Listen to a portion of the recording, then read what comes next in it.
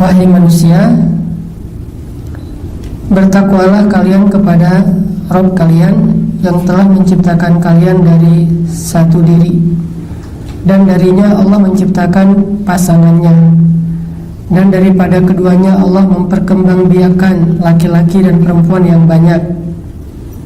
Dan bertakwalah kepada Allah yang dengan namanya kamu saling berbuat baik, dan peliharalah hubungan silaturahim. Sesungguhnya Allah selalu menjaga dan selalu mengawasi kalian.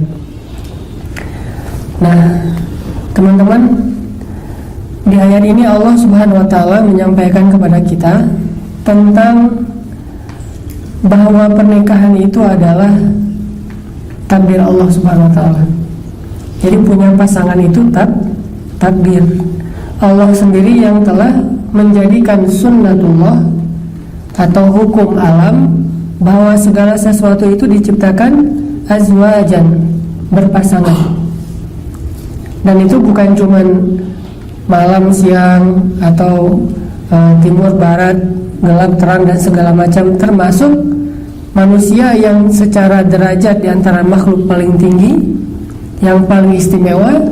Kalau yang lain aja berpasangan, bagaimana dengan yang lebih istimewa, yaitu manusia harusnya berpasangan. Jadi pasangan itu adalah takdir Allah Subhanahu wa taala. Pasangan itu adalah sunnatullah. Pasangan itu adalah hukum yang sudah Allah tetapkan dan tidak berubah. Semua yang Allah ciptakan, Allah kasih pasangan. Tinggal proses untuk menemukan pasangan itu aja yang kita jalanin. Bukan ada nggak ya, itu nggak perlu dipertanyakan karena semuanya juga dikasih pasangan. Bahkan yang meninggalnya berstatus sendiri pun tetap punya pasangan, karena nggak ada jomblo di surga. Di surga juga nanti akan diberikan pasangan. Makanya kita bacain banyak ayat tentang pasangan-pasangan kamu di surga, yang kita nyebutnya dengan bahasa Indonesia disebut bidadari. Walaupun sebetulnya bahasa Al-Quran bukan bidadari, tapi disebut dengan istri atau disebut dengan pasangan. Kadang Al-Quran nyebutnya dengan istilah istri, berarti hanya untuk perempuan.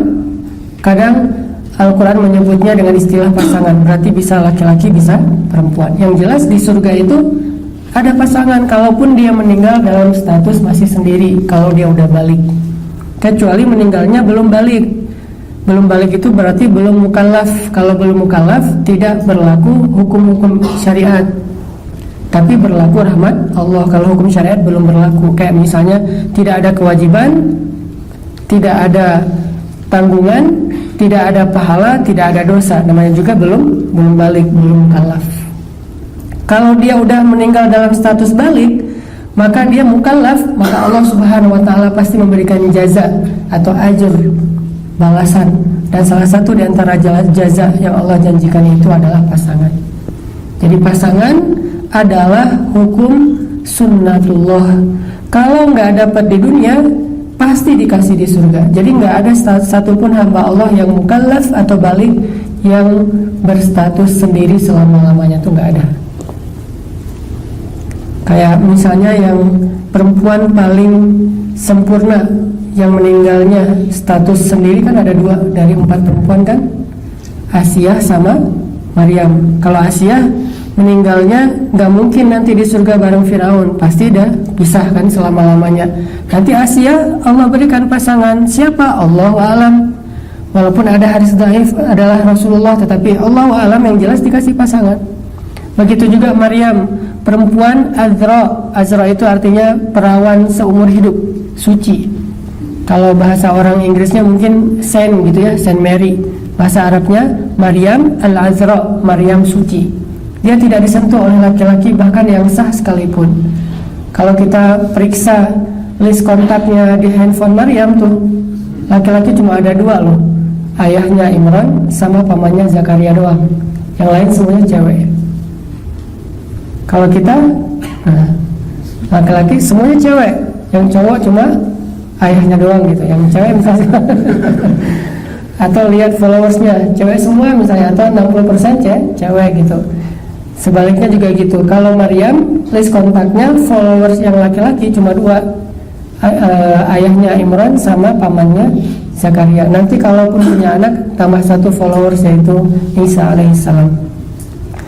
Nah, Maryam aja yang meninggalnya sendiri tetap nanti Allah Subhanahu wa taala berikan pasangan, karena memiliki pasangan itu sudah sunnatullah, dan Allah tidak pernah menyelisihi atau menyalahi sunnah yang Allah sendiri takdirkan. Sehingga di sini jadi kayak ada pesan moral bahwa saya tuh udah punya pasangan sebetulnya.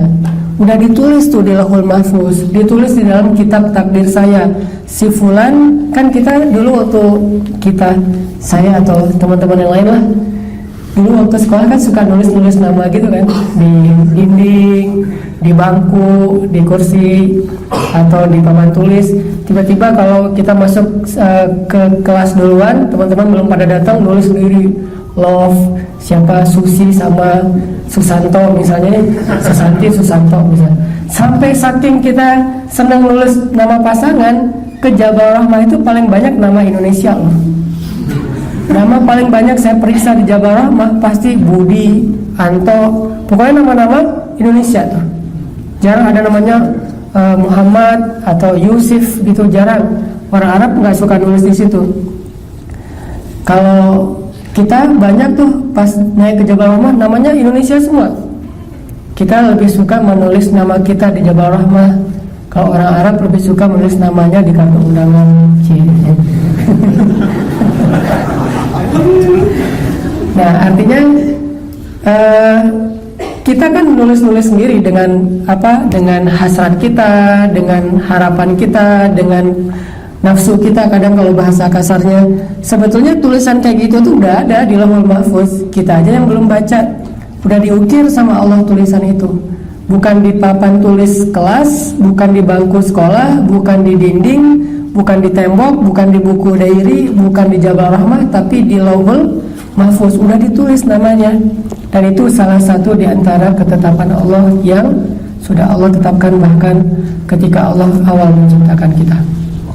Nah, ini Allah katakan, sesungguhnya kami telah menciptakan kalian dari seseorang, yaitu Adam, lalu kami ciptakan darinya pasangan.